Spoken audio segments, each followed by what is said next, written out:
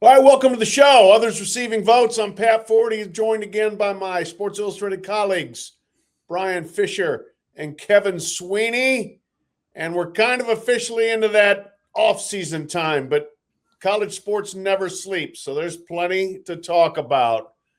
We're going to go over some regrettable social media posts, the constant humming of the college basketball transfer portal, AD change at Wisconsin, and which other ADs may be looking for an exit strategy, and some NCAA issues, including a 5-for-5 eligibility possibility, and Iowa having to vacate games and turning it into a 4-year federal case. Gentlemen, let's start off the top with the regrettable social media post from the weekend. And no, I am not referring to Dr. Donald Trump healing the sick. We're sticking to sports here. So let's get to that. And first thing first, 7:36 p.m. on Saturday, North Carolina basketball Twitter account, X account, whatever. It'll always be Twitter to me. In the height of portal recruitment season, either retaining players or trying to attract others, Carolina put out new basketball coach Michael Malone's quote-unquote player development skills in a post. The post suggests, given the pantheon of players surrounding a picture of Michael Malone, that he developed, among others, LeBron James, Steph Curry, Draymond Green, Klay Thompson, Chris Paul, and DeMarcus Cousins.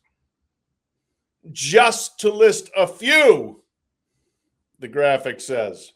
So clearly, I didn't know this at the time, but Michael Malone was the greatest developer of talent in the history of basketball. This was great information for me. I learned a lot from that. Gentlemen, I'm gonna go through these, and you tell me who you think our man Michael Malone maybe really developed. Let's start with the big one, LeBron. He's claiming LeBron. He was an assistant for 5 years with the Cavaliers. However, the year before he came, LBJ was already averaging 27, 7, and 7. He was pretty developed, I would say. Chris Paul was in the league for 5 years before Michael Malone became an assistant with the Pelicans for a season. Chris Paul was a 19.11 assist guy when he got there. Steph Curry had only played 2 years in the NBA, but he was a 19.6 assist guy. Klay Thompson was better post Malone, if you will, as was Draymond Green. DeMarcus Cousins was a double-double guy before Michael Malone became the very short-tenured assistant coach or head coach at Sacramento. I'm willing to give Michael Malone Nikola Jokic, although I think we all could have done pretty well coaching Nikola Jokic, but he did have him for the entirety of his career until Malone was fired after 2025 season. Which one, guys? Who owes their career to Michael Malone? Kevin, you got any thoughts here? I mean, this is almost as bad as there was like a Rutgers basketball graphic that gave Rutgers. It wasn't even just Pikel. They gave Rutgers credit for Ray Allen. So this is right up there. I believe Ronald Norred, who's the new head coach of Butler, was granted credit for his development of Tony Parker. I believe Tony Parker is older than Ronald Norred, which adds an electric element to this. But yeah, this is not a new strategy. It went mega viral because Mr. Malone has covered some ground in his NBA life, and I'm sure that'll be the sell. But I think the real test, I don't know if anyone's seen these, but like they say, oh, you got to FaceTime the most famous contact in your phone and see if they pick up. I think that's the test for Malone. We got to go through this graphic one by one and make them FaceTime them all and see if LeBron takes the call. If LeBron takes the call, he gets on the sheet. If he doesn't take the call, sorry, Mike. You know what? That would be a great podcast episode. We get Michael Malone with his phone, and we do that. I'm all in for that. I don't want to sign up for that. I shudder to think who would actually pick up if it were amongst just us three in terms of our contact list. Kudos to you, Pat. I mean, you called him Michael Malone and instead of Mike. I hear that as a point of differentiation that he does want to make out there, that he is not Mike Malone, he is Michael Malone. So for all the Tar Heels fans that are furiously posting on message boards about this post, FYI on that about your new head coach, I think he only gets credit for Jokic and maybe Jamal Murray. I think we can safely assume those two, and that's a pretty good list between the two of them. Everybody else we can safely skip over. And I'm kind of curious, like who is this aimed for? Obviously, it's recruiting, but this is on X. Recruits aren't really on X anymore. So like I'm gonna say this is playing up to the fan base and trying to continually sell this hire, because I think there was definitely like some initial like question marks around Michael Malone being hired, and then there's like some, all right, maybe it could work out. I think this is more North Carolina is just continually trying to sell to the fan base, hey, we not only did we get our guy, but our guy has done some things in the NBA, and we're bringing that to Chapel Hill. We'll see if that ends up being the case. But kudos to the marketing department. At least they are working on the weekends there at 6:30 and not watching the Masters like the rest of us. Yeah, I mean, just the timing of it alone was very interesting. And yes, if it's designed to give the fan base a rallying point, go for it. In that case, though, I actually feel like they might have sold it short, because his dad, Brendan Malone, was a longtime NBA assistant and a short-time head coach. He coached Patrick Ewing, Isaiah Thomas with the Bad Boys Pistons. Michael was a teenager, but surely he had some influence on them. Surely he was around and maybe, stopped in and said, hey, Patrick, your jump hook, we need to, you need to get a little more vertical with the right arm or something. Isaiah, the crossover, it needs to be a little quicker. I think they sold Michael Malone short in terms of what he could actually sell himself with. Kevin, tell me this. They hired Kim English as an assistant coach, been the head coach at Providence, been the head coach at George Mason, a very experienced guy for still being a young guy. And they're keeping Jaron Stevenson. There's been a lot of activity there at North Carolina. How is Michael Malone doing so far in terms of player roster stashing and staffing? Yeah, I think we will know more in probably the next 48 to 72 hours. They are swinging big and swinging hard on Juke Harris, the transfer from Wake Forest. Juke was seen sort of as a Michigan lean. He was at their parade, and all of a sudden now there's rumors that Carolina has come with quite the offer that will make him reconsider that. So, yeah, they need a big swing. It seems as though it was a bit of a mutual parting with Dylan Mingo, arguably the number one guard in the 2026 class. That is one that will get a lot of negative attention if things go well for Mingo somewhere else or bad for Carolina in year one, but that seems to be their decision-making and thinking. They took Neoclis Avdalis, who is on draft boards at the beginning of the year, went to Virginia Tech, had a rough year. I think shot 35% from the field in ACC play, but he's 6'8" and can handle the ball and make tough shots and look like Luka at times and look like a bench warmer at others. So that's the first big piece. There's more to certainly come. You mentioned Stevenson's back. Rest of the roster seems largely gone, although the one that I think everybody is waiting on is Henry Vesar, who's he's an incredible talent. He's one of the best bigs in the country. If you bring him back, I feel pretty good that they'll be pretty good in year one. And if you don't, like they'll find enough in the portal outside of that to be pretty competitive. If they don't bring him back, like there's a lot of pressure on to nail these portal gets. What's the competition for Vesar? I don't think it's as much portal as it is NBA. Yeah, I think North Carolina can get to a point financially where it'd be hard to go somewhere else. Doesn't mean that options aren't open, but I don't think there will be a better situation for him out there. So I think it's more a question of, and the NBA thing is a fascinating conversation. There's a ton of guys, even guys you wouldn't expect, that are seriously considering staying in college. But like someone has to get drafted, right? Like someone has to be a first round pick, and someone is going to take advantage of the fact that no one seems to want to jump into the NBA right now and say, hey, I'm ready to be the 28th pick, right? And Vesar would certainly qualify for that. Well, we're dealing with that on the NFL side too, with the NFL draft. I think you talk with a lot of folks on the NFL side in terms of the depth of this year's draft coming up in a couple of weeks in Pittsburgh. Everybody says, those later rounds are just not there because guys came back to school and now they're more first, second, third round picks, which is great for a development standpoint, but also puts a premium on those early picks. And the same is happening in the NBA. And I do want to circle back around to Kim English. I really like that hire as an assistant. I'm just thinking like Mike Malone needs a kind of veteran guy, somebody with gray hair that has been in college basketball for a long time. I don't know why Mark Adams' name comes up in terms of the picture of the old guy on the end of the bench that needs to be there next to him, providing sage wisdom, if you will. But I feel like as a newbie, if you will, I know he did coach back in 2001, back in college, but he does seem that's the only missing element, I think, is who is that veteran presence that can tell you, all right, I've been doing this a long time, Michael. And here's how you connect with kids. Here's how you do this in the portal. Here's how you do that. Like that's the only thing to me that is the biggest red flag, at least in these first couple of weeks of his tenure, is who's that veteran guy providing advice? Because he's going to need it, whether it's now in the immediate term or certainly long term in terms of how you build this program, how you get practice schedules, how you deal with just teaching guys, in the limited amount of time that they're going to have. Like that's going to be an entirely new concept to him. Like, what do you mean? You mean guys aren't coming in over the summer to work out with me? Like, how does that do? How do you do installs and stuff like that? So that to me is the other thing that I'm going to keep an eye on there in Chapel Hill.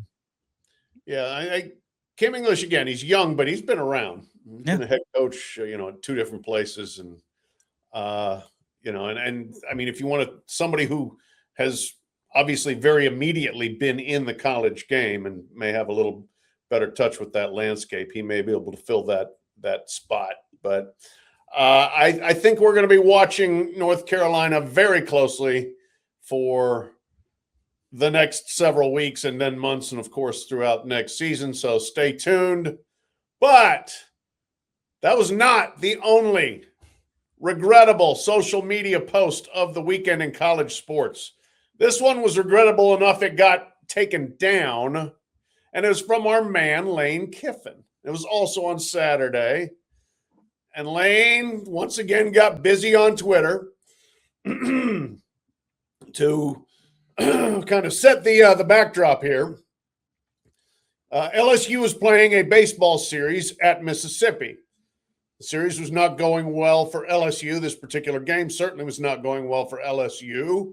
And there was a post from a guy who's a friend of KIFFIN'S and a Mississippi booster guy named Matt Bowers. And he posted a video that showed the fan being apparently escorted out of the stands by security during the game. This guy was getting showered first with booze, but then with a drink. Somebody threw a drink on the guy or sprayed one or something. And let's just say security didn't exactly nail down the situation. The guy just went around security, went over and blasted an Ole Miss fan in the face with a left hook, put him on the ground. Not even sure it was the guy that sprayed him, but he was the one that caught the fist.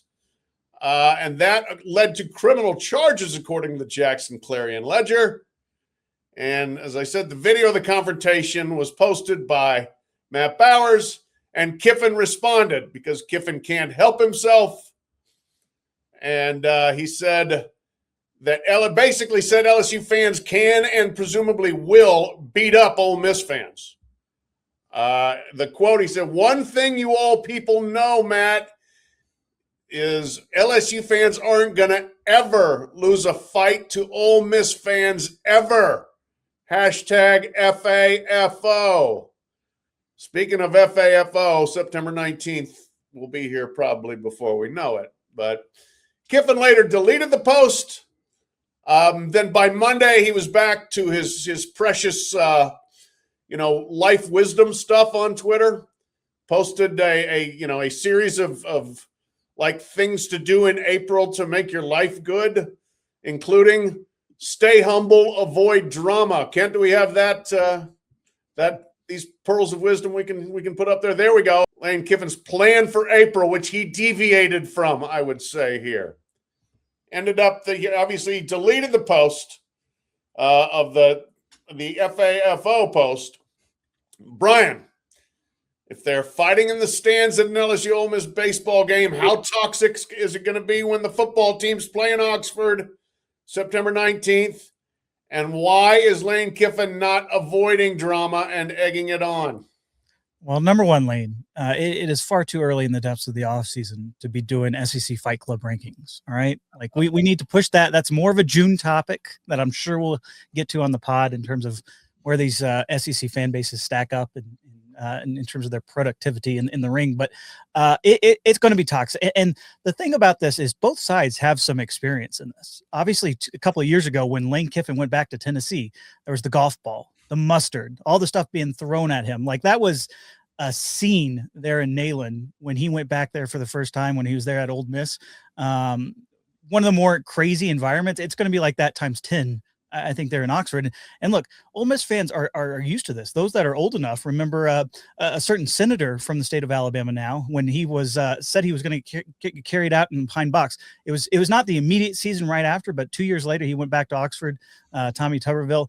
He was loudly booed. They were showering insults on him. I think it was a record crowd there at Vaught Hemingway. So like, this is going to be quite the experience there in September. I think maybe the game that everybody is looking forward to. I'm sure Game Day has already reserved their hotel rooms there. I'm sure like every media member in the National Media Corps is going to be there. It is going to be an event. And I'm going to be very curious how much restraint will those Rebels fans show? I'm not going to they will show any of it at this point. Like from the moment that he arrives, like I can imagine the wake up calls to his team, to his room at the hotels. Like I don't know if they're going to be staying in Memphis or staying across state lines at this point. It is going to be one of the wildest scenes I think college football has seen probably since Lane Kiffin went back to Tennessee.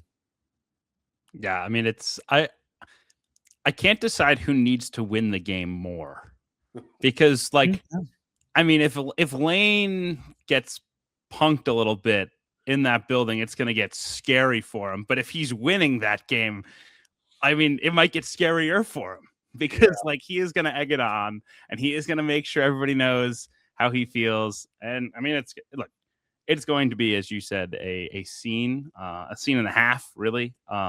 And I mean, I can't wait for it, but yeah, look, I think the challenge is you can't trust Lane not to drive it. Like, I don't feel like, and I think about like some of the basketball reunions, like, I don't know, when Ed Cooley went back to Providence, like Ed Cooley wasn't like playing to the crowd. Like Lane's going to play to the crowd. And that's what I worry about. It's like, what happens if things start going well for Lane in that building and he can start to really lay it on him? How messy does it get? The governor's going to have to take away his phone that week. Like it's going to have to be the governor, like Lane, hand over your phone. Like that's it's not going to be Virg Osbury, the AD. It's going to be the governor himself. Give me your phone, Lane. Yeah. I'm not sure the governor is of that mindset. I think the governor would actually give him 2 phones and say, go double time. I am legitimately concerned. I really am. Like, if I were an LSU fan, I don't care if you're rich enough to afford the ticket. I don't care how zealous you are to want to see your team play. I would not go. I would not go to Vaught Hemingway Stadium. It is going to be the most toxic atmosphere of the year and of many years, I think. And there is going to be violence, hopefully not super scary violence, but still, it's the chances of there not being fist fights at that game are 0.0. I mean, question for you, Pat. If you're the SEC office, do you put this game at 11 a.m. Central Time, or do you put this game in prime time? Because that prime time, ESPN will be pushing to have this game in prime time from a viewership standpoint. But if you're the SEC office, knowing all of that, knowing how the Grove gets after a full day of tailgating, are you pushing this back or pushing it up? It's a good question. I don't think the SEC office has much say in it. I think ESPN's going to put it where they put it, and it's probably going prime time. If not, then it's going 3:30. But I think it's going to be. I mean, seriously, if I were an LSU fan, no way I'm going. And then if I'm an Ole Miss fan, heaven help me, I better find some restraint somewhere, especially because Lane is doing this stuff now. And here's what's going to happen when they play that week. Lane's going to start his press conference and say, look, I have nothing but respect for Ole Miss, and I just want this to be a good game. And let's put the focus on the players, and let's have a good atmosphere, but nothing da. Yeah, bullshit, man. You've already started this back in April. All right, you started it back when you left. So he's going to try to play that card then, and it's going to be a very, very difficult card to play. I think that it's going to be tough to walk back everything that's happened and say, let's just have good sportsmanship between the lines. So can't wait to see it. Again, hope it's not actual violence, but be ready, beware. We'll be talking about this for, the next, 5 months or so. All right, guys, as previously noted, the portal is humming in college basketball, including reports that we have a 3-point per game player asking for $1 million, according to Jeff Goodman from an anonymous coach, to which, the answer is no. You're allowed to say no to those players. But Kevin, I'm going to hit you with a few different categories, and you will weigh in here, but you tell me where things are, where things are headed. Which high major program has done the best work so far? I mean, Louisville got the best player in the portal and one of the better.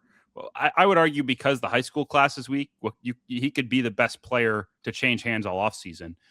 In Flory Badunga from Kansas, packaged in with Jackson Shellstad, some savvy agenting work by their camp to drive up the price for both as a package deal. That ticket, I believe, in like the $9 to $9.5 million range for the pair, which is certainly steep. I think you have to feel pretty good if you're Louisville about getting that done, but you also now have a real responsibility to not only put a good team around them, which might not be that easy now that you've already spent $9.5 million or $9 million, but also like there's gonna be real pressure to win now. Like this is year 3 for Pat Kelsey. It was great year 1 that we got back to relevance. We don't suck anymore. We're not an embarrassment. And then year 2 was supposed to be better than it was. And they lost a lot of big games against the best teams. And, he cleaned house. He didn't bring back Sananda Faru. He didn't bring back some of the guys that he could have brought back and wanted to push the chips in on someone like Flory Badunga. Now he's done it. We'll see where the results follow. But I think the expectation has to be second weekends and beyond. Bryan, what do you think? Well, at a minimum there for the Cardinals, not only given what they're spending, but just I think, Kevin, you hit the nail on the head, just that fan base. I think especially the way it was so disappointing last year with everything going around with Michael Brown and will he play, won't he play, and all that just weighs on the fan base. Like you get your hopes up and you're saying, all right, he's going to be back for the tournament, doesn't come back for the tournament. Like all the issues surrounding that really, I think, cast a negative light on the season. And it all is all relative, for that fan base, given how bad the depths were there in the Kenny Payne era. But let's face it, it's a what have you done for me lately type of school, in terms of you got to produce results. And now that the money is flowing to the program right now, I think it is kind of, I don't necessarily say hot seat territory for Pat Kelsey, but he understands that the temperature of that fan base, and certainly Pat, you know that better than anybody. It's going to be on for next season. And especially when you look at the rest of the ACC, look, you expect Duke to maybe take a little bit of a step back. You expect North Carolina, given the flux there, to be, a winnable game, if you will, if you have this type of front court players, if you have these type of high priced, additions to your starting lineup. I think that definitely the Louisville has done good work in the portal, but it is all going to come back around to the court next season and how all this gels. Yeah, this is the 3rd straight year now with Kelsey that they have taken huge swings in landing players and landed them. Yep. Right? They got Chucky Hepburn, who was fantastic his first year, among other people, in a total roster rebuild. They got Michael Brown, which was a huge coup and not necessarily everything they envisioned, but they got him. And now they've spent, as Kevin said, $9.5 million for 2 guys, and they're in the ring trying to get more. So there is money that people are willing to put into Louisville basketball. That is a guarantee. They want to, Louisville basketball sees itself as a blue blood. They've won 2 national championships. They've been to a lot of Final Fours. You bring up the word blue blood and you don't include them, they get angry. So they want to spend that way and be seen that way and try to get back to winning championships. And yeah, Kelsey, year 3, all right, going to the tournament is the floor. Going to the championship is the ceiling. They'd like to be somewhere mid-level or better. That's for sure. We're going to see how it works out, see who else is on the roster. All right, Kevin, which high major program is notably hurting in the portal? I think right now there's a lot of tension at Kentucky, partially because Louisville makes a big splash, right? And look, especially after the year that they had, I think there was a feeling of like, is Mark Pope ready for the challenge? Can he get done what he needs to get done in recruiting? Is he the right guy to build a roster? And I was expecting maybe a more immediate splash than what they've done. I think, again, they're a team that watched them very closely in the next 24, 48, 72 hours. I know they're very involved with Rob Wright from BYU. That would be a impactful addition. Donovan Freeman from Syracuse is a name you hear a lot. They got the Tyron Stokes visit again this week. I still would expect him to go to Kansas when it's all said and done. So I think not necessarily hurting, but a lot of tension there as we head into week 2 of the portal. Yeah, I would say so. That and as you said, just the nature of the rivalry ratchets up the stakes and the urgency, and like every minute goes by that Kentucky doesn't get a super touted guy becomes a statewide crisis. So that's kind of what they are laboring under. And again, it doesn't mean they're not going to end up with 3 or 4 guys who are really good, and it's all going to work out fine. But at the moment, there is some angst in the Commonwealth. All right, Kevin, which program has overspent? Am I allowed to say everybody? Yeah, yes, you are. I mean, look, I know there was a report today from Evan Miyakawa, who's a big analytics guy. He runs a front office suite that schools pay for. So he basically gets data on the back end. And he said the market's up 65% from last year. I think it's a little lower than that from my pulse of things. But, look, it's certainly up. It's certainly up a lot. And I think, again, I think we talked about this probably in February. Like, the real concern that I would have is there are a lot of schools prepping to spend like there's no tomorrow and probably not get any better results. Like, South Carolina is going to be well north of $10 million, I believe, on a basketball roster. I don't think look, let's give Lamont Paris 10 days to cook here. Let's see what he comes up with. I'll be surprised if at the end of it, I look at South Carolina's roster and say, yep, NCAA tournament team. Definitely. So there's a lot of money going around.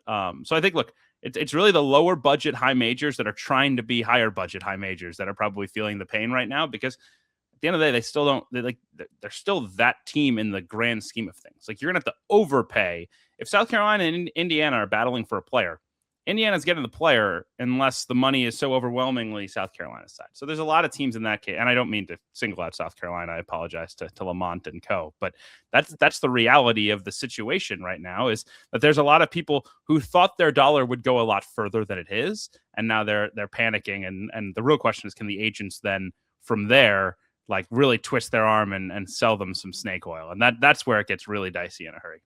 Well, I think there's 2 other things. Like, number one, the overall talent level. I think going into next season in terms of the basketball, just from the high school ranks and the transfer ranks, it's not as what we were accustomed to, not only this past season, but really the past 2 years. Like, you're fighting over, a more limited playing pool, especially if you're a high major school. So there's that kind of competition over who's there. And then, I think the other thing to keep in mind too is that because there's been changes to the transfer portal, there's not the pressure from football programs to say, there used to be a spring transfer portal, right? All right. Well, there's a lot of football programs and a lot of football coaches pressuring their boosters, pressuring their ADs to say, hey, well, we need an extra $1 million or $2 million or whatever, to go back into get a left tackle or a right guard or a defensive end.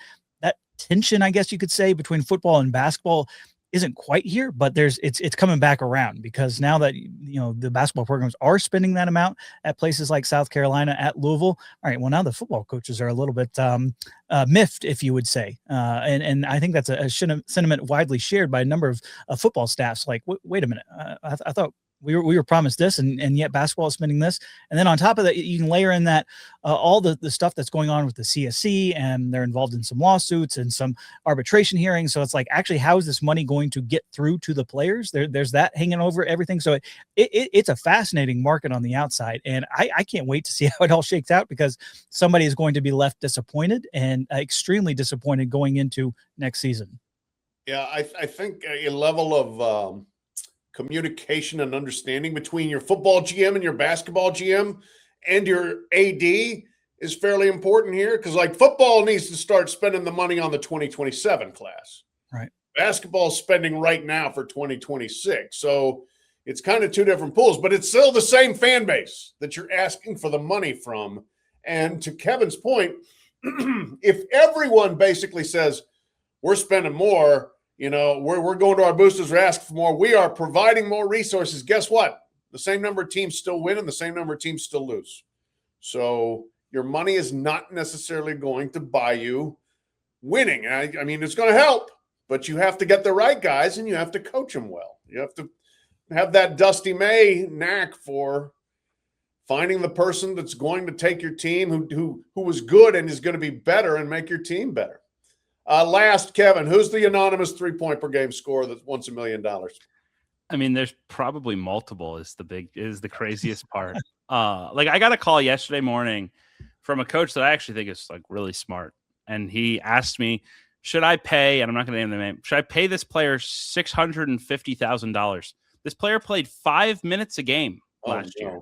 Like, any big, like the big man market has so lost the plot. It is unfathomable.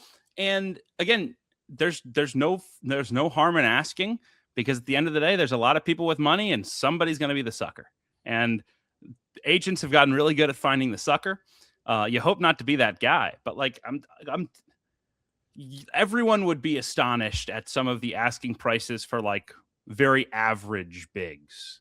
Like, if you are a passable big man at the high major level, you are well north of $1 million.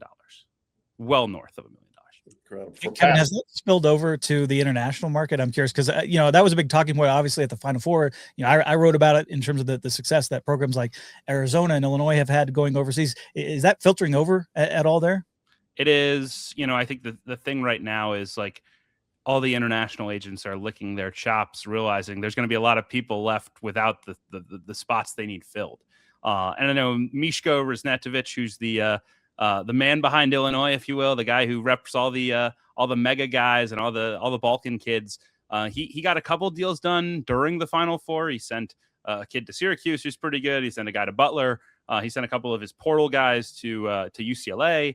But there's a bunch of agents like Mishko that are sitting there going, somebody's about to be real desperate, and not only can we convince them to spend money on guys like the international agents lick their chops when it's guys who don't know the international market that are already all of a sudden recruiting internationally, because you can sell a bill of goods like no tomorrow. Well, this guy averaged 11 points per game in Germany. Well, did you look at which division in Germany he played in? Well, he was on the roster for the top division team, but those stats I'm referring to are from the third division. Oh, very good. But the ball's already rolling. And again, you think it's easy to make stuff up about transfer portal players. It's even easier to make stuff up about internationals. Sure. Absolutely. Oh, there's been a long history of players from Europe, from Africa, whatever, who were billed as, absolute can't miss, who couldn't even start. I wonder about my man Slavko Duric, if he's back in the game. He was a Canadian importer-exporter, so to speak, who was involved in some stuff, had some NCAA people interested in his business for a while. This was 10, 15 years ago. And I think he was either trying to be in the Nikola Jokic gravy train, or was early and then wasn't, because he wasn't really supposed to be in there because he wasn't really doing anything. I need to get back with my man Slavko and see where he's at in all of this. I'd imagine he's at least trying. He was not easily discouraged. Let's put it that way. All right, guys. The administrative portal is humming as well. Wisconsin AD Chris McIntosh finding an exit ramp out of Madison down to Chicago to the Big Ten office to, quote, advise the commissioner and lead overall strategy development for the conference. In an assuredly unrelated development, McIntosh, Wisconsin have very controversially given football coach Luke Fickell a fourth season, and his basketball coach Greg Gard has gone 8 straight NCAA tournaments without reaching the second weekend, and most recently was a first-round punch-out against High Point. This is part of the turnover that happens at the administrative level. I looked it all up. I did all the math. Past 5 years, more than half of the Power Conference AD jobs have or soon will turn over. So what does it take to survive and thrive in that position in 2026 and beyond? I don't know. But I think it takes, obviously, a more business-attuned, a more pro-attuned mentality. I think it takes a willingness to expand staff even more, or at least reallocate staff and find positions for people that can do 2 things: raise money and figure out how to cut costs. So more revenue, less expense, and I think you're going to see more of that going on. It's such a different job, and the lifetime campus guys are less and less seemingly in control and in demand there. You guys, any thoughts on that, Bryan? Well, I will say it's notable. We were talking about Kevin Warren, last episode, and Pat, I think the biggest issue, that he had in terms of how he ran the Big Ten was not listening to the ADs, and I think maybe this is a sign of acknowledgement from Tony Petitti that not only is he developed a really good relationship with the ADs across the league, but like now he's hiring one of their own, to go to the conference office, and we'll see what this nebulous director of strategy, or however they're actually titling it, is for Chris McIntosh and what he's actually doing from a day-to-day basis. But I think it is a acknowledgement that, for as big picture as you want some of these jobs to be, whether it's on campus or whether it's in the conference office, you got to have that connection of information both ways. You got to have that relationship both ways. So I think this might be a nice positive step forward there, in Rosemont to developing that and fostering that amongst now 18 ADs that are all very, very different in terms of how they approach the job and all that. And I think that's the biggest thing. Like when an AD is hired and they have like a compliance background or a media background, like that is almost eye raising at this point. It's always, you talk with people at the search firms, they always say, you want to get into one of those senior roles that touch money, and I think that's still the case nowadays. But it is interesting to note that for a lot of these roles, I mean, it's either you're an interim guy that gets promoted, you're part of the department, you understand, you're kind of groomed, if you will, to kind of be the successor, and that's how things are handed over, or you're going completely out of left field in terms of, all right, maybe it's an alum, maybe it's somebody from the business world, those types are coming in, and that's definitely a big influx of folks, and the nature of the job has not only changed the last couple of years, but I think it's going to continue to change depending on how these schools are set up, how they are dealing with things on more of a local level. I mean, you talk about Wisconsin with Chris McIntosh. I honestly, when I first heard that, last week when this was a possibility, I kind of thought, well, he's getting out while the getting's good. Number one, with the Badgers, there's a lot of higher ed issues there at Wisconsin that have come to the forefront. Interim president, the chancellor's left, so there's dealing with that. Facing a potential football change, depending on how things go with Luke Fickell, which was his handpicked guy.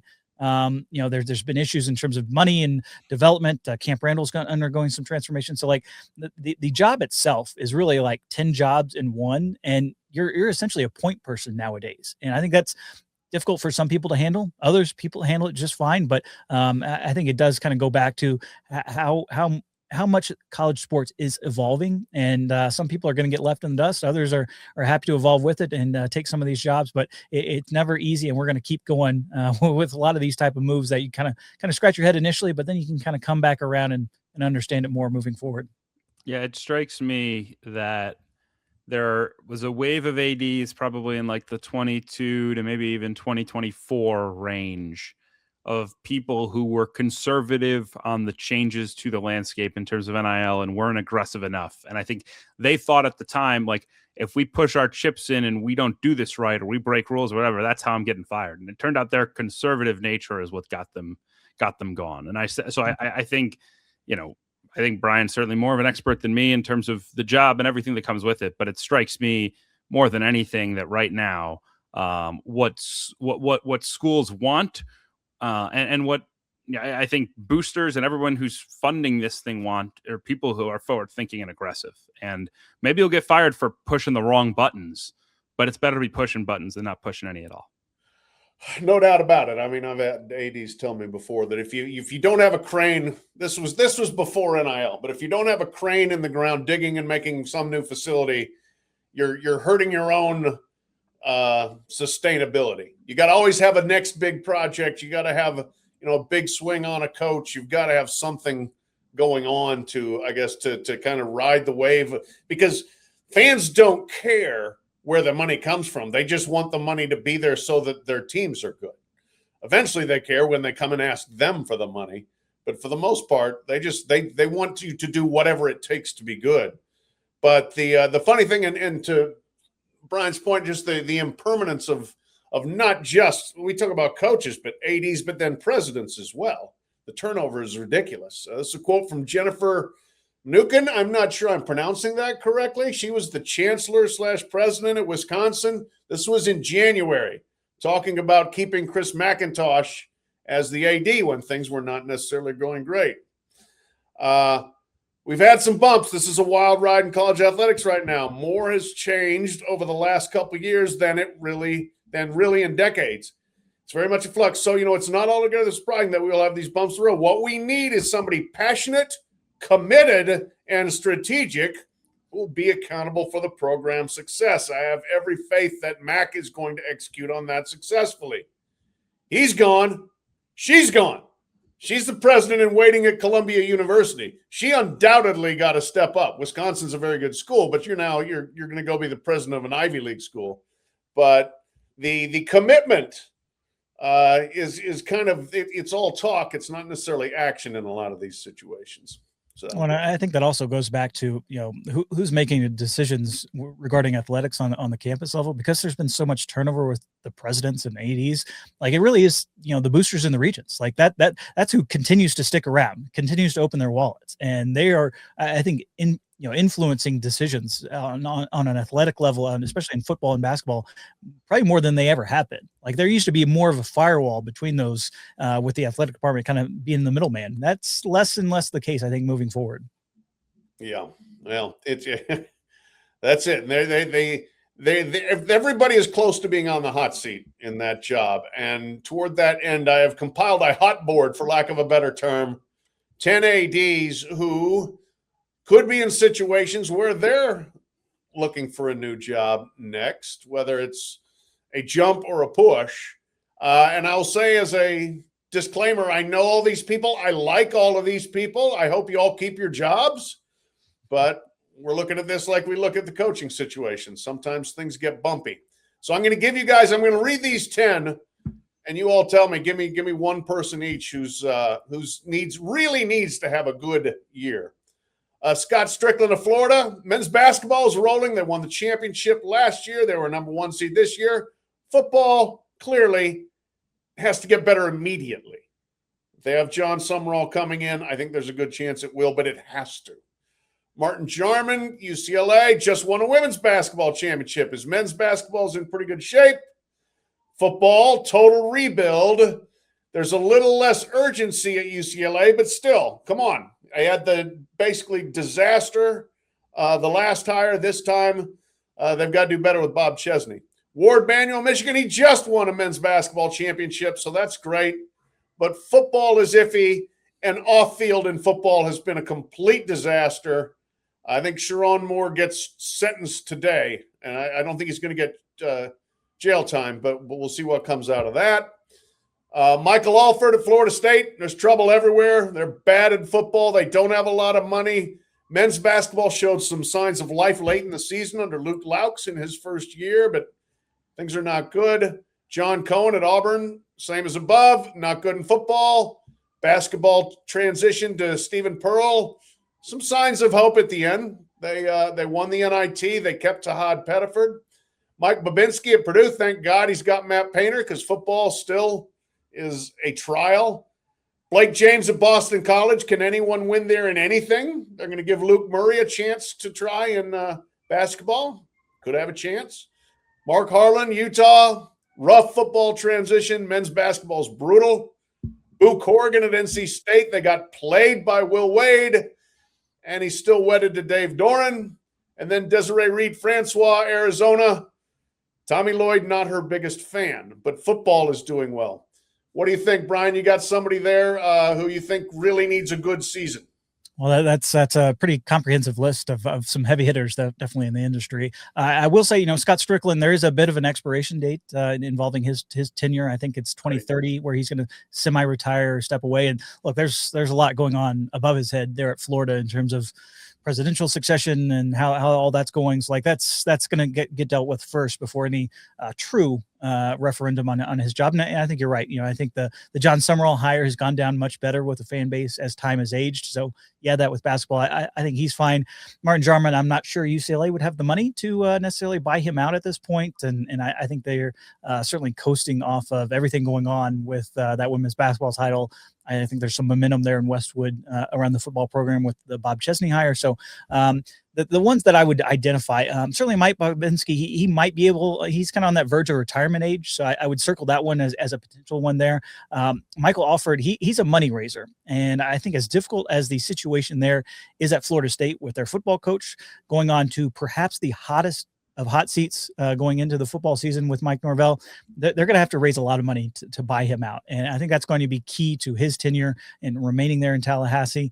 As far as the others, I think the most tenuous is probably Desiree Reed-Francois, as you mentioned, at Arizona. Just the relationship with their primary sport there in men's basketball and Tommy Lloyd, that new contract. Yes, football is going better, but that was not necessarily her guy, in terms of Brent Brennan. So that's the one that I would probably circle as the most tenuous of that group that you mentioned. But, the thing is, that, like we just saw with Chris McIntosh, some of these people could take other jobs, move in parallel jobs, find other, assistant associate AD type of jobs, go to conference office. Like I'm not ruling out that for a number of these people, because I think they are pretty well respected in the industry, and that could be an exit route. In terms of getting ahead of that pink slip before that ultimately comes down from some of these schools.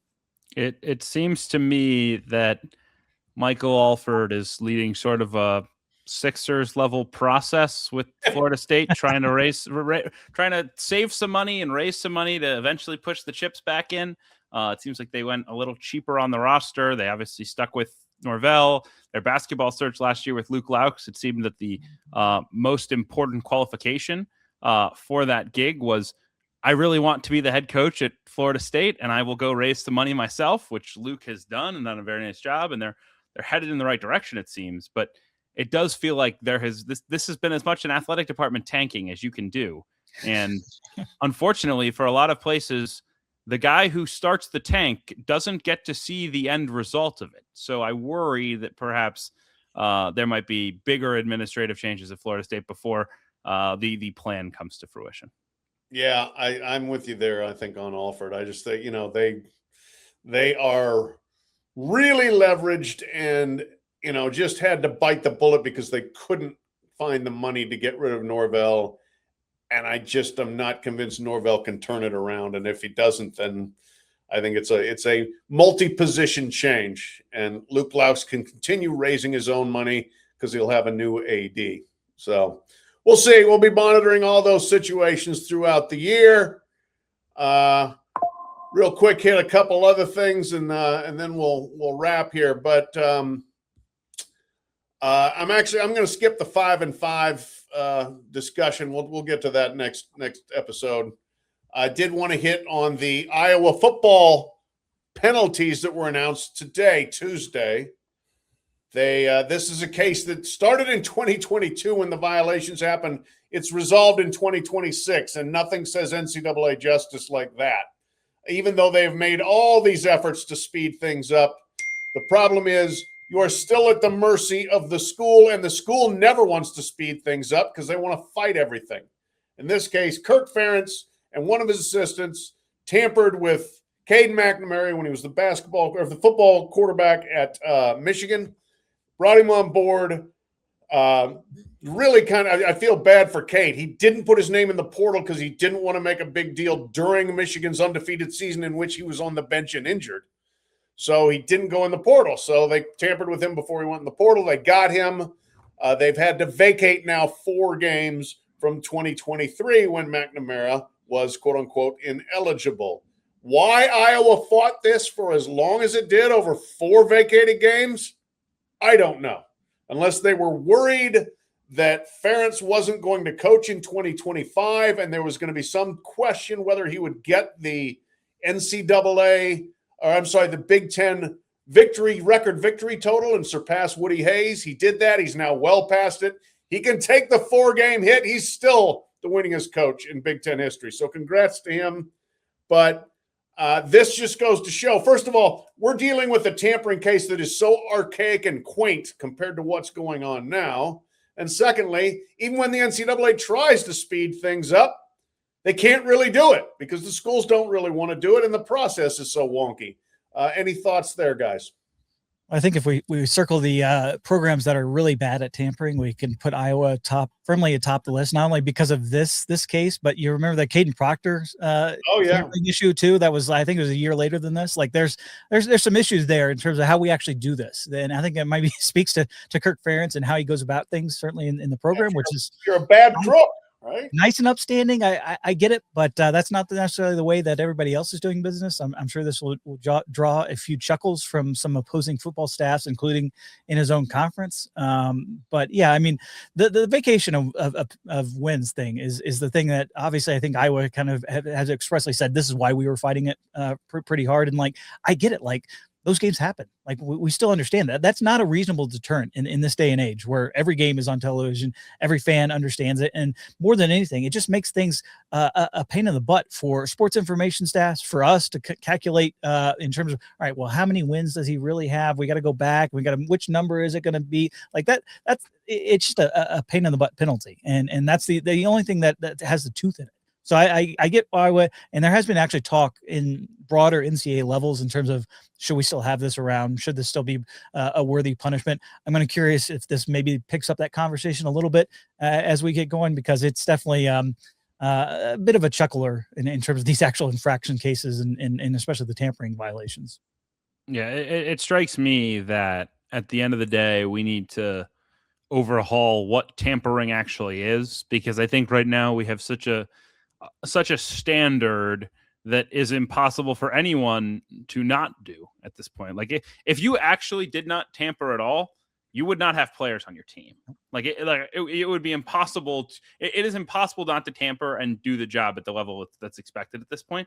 You'd actually accidentally tamper through agent conversations and the like. So I think big picture, and obviously this is, as Pat said, a violation from a different time. Big picture, we need to get some rules around tampering that make a lot of sense, and then we have to try our darndest to enforce them. Because the wild west of this, and the way that some schools have just thrown caution to the wind and just said, screw it, like if people are going to be gangster, we're going to be super gangster. Like that can't stand. Like the way that some people have operated, and we did the Clemson Ole Miss saga that was certainly as aggressive as it comes. There have been some really downright dirty things that I've heard in the basketball side of things over the last several weeks and months. Like we need to get some semblance of control over this thing, but it's impossible to have control when everyone's breaking the rules in some form. Like you can't really call and turn somebody in when you've been on the phone with every agent and trying to see what's going on and what's what with certain guys. Yeah, this is absolutely a case where the speed limit is 65 and 5,000 cars are going 80. And you just kind of try to maybe catch one. Well, what good is that? So they're going to have to adjust. And there is a big push, I think, to adjust the whole infractions process, but specifically tampering, how it's addressed, how it's penalized. Good luck to the NCAA and their many committees in trying to figure out how that's going to work. All right, gentlemen, we're going to close with a couple of things here. First off, this is going to make your heart swell with patriotic fervor. This was the national anthem for a recent Baltimore Orioles baseball game. If I ever write an autobiography, I won't. It would be entitled 1 Million National Anthems, because I feel like I've listened to that many. And this was that anthem. Producer Kent, can you play us a snippet?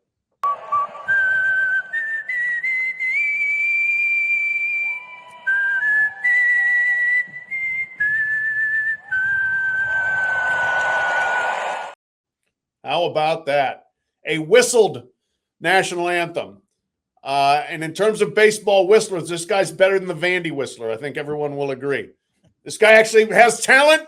I didn't know you could have that kind of whistling talent, frankly. I've been to a million swim meets, and I have listened to coaches whistle and whistle and whistle, but this is a artistic whistle. Is this guy a musical savant, or is he just a weirdo? Your thoughts, Kevin? I think he's definitely a weirdo, but the thing I want to give him credit for, I was very concerned when I first saw this that the microphones and the whistle would not stand together. You know, that would be a tricky technological thing to get over the hump with. I could see this working on a small scale, but we try to bring this to stadiums and it's big trouble. I was impressed by how crisp that sounded through the mic. I wonder if there were test runs. There had to be a handful because, yeah, I mean, we can barely handle talking into a microphone, let alone other forms of vocal talent. Yeah, that was some incredible control, you know, in terms of the pitch and everything. So it's definitely a professional out there, and like my kids would have loved this. You know, like that's the other thing. It's like it is different, it is memorable. Like I mean, like you know, like you said, Pat. I mean, we've heard thousands of national anthems, millions through all the sporting events that we go to. Like this would actually stick out in your mind. Like, oh yeah, that's new, that's different. You know, it's you'd be into it. You'd pay more attention instead of looking down at your laptop and. In terms of seeing what other things are going on, but you know, kudos to him. The only thing that could have made it different is if he's doing the whistling where you put your fingers in your mouth and you do it like that. That's the only thing that you probably could have added to this. Yeah, he's a very talented man. I give him credit. I don't really want to know what all went into becoming that good of a whistler, but he did do the most important thing to me as again a listener to many anthems. He got it done in under 90 seconds. So. Yeah. Yep. Brevity is the soul of patriotic artistry, and he pulled that off. So good for him. All right, one more story. Had to spring this one on you guys. We got to go People's Court here. Put on your justice robes, and we're going to have to make a ruling. Morgan County, Alabama. WAFF TV station reporting this. A former Morgan County jail officer is facing 7 felony extortion charges related to taking honey buns from inmates. He was extorting honey buns, allegedly, supposedly, from the inmates. He says he didn't do it. He says that he is wounded by the fact that he's plastered all over the world that I am this and I am that and I am not that. This is Jarvis Moore. He was fired from his position in September, something unrelated. Oh, wait, the officers told him the termination was for taking honey buns and store items from inmates. He thinks it's retaliation for something else. We're not going to go into all that because it's too complicated. But there's video of former officer Morgan here. Let's just say he looks like a man who could do some damage with some honey buns. He is a big man. But he says he didn't do it. He says he's type 2 diabetic, couldn't do it if he wanted to. Gentlemen, if you're a prison guard, would power go to your head to the point where you would actually take the honey buns from the prisoners and either keep them for yourselves or resell them? And this guy, he's not a reseller. I think he's an eater. Justice Fischer, what would you do if you were the prison guard? And secondly, then what do we do with the prison guard? Let's assume he's guilty. Go ahead. This is like the ultimate power move, right? You know, like it's, you know, like I feel like smoking has declined so much, and probably the same is true in jails, you know, if we're throwing that general population. So this has got to be like the currency there in the state of Alabama. And so this is a power move. Like I'm almost like awed by it a little bit, but also like kind of reprehensible. You know, it's just throw the book at him. Like, I mean, this is a total power move. Like, and being a diabetic does not get you out of this by any means. Not only like do I think he was sneaking a few off to the side, but like this is like the ultimate power move if you're one of those guards. So I say throw the book at him.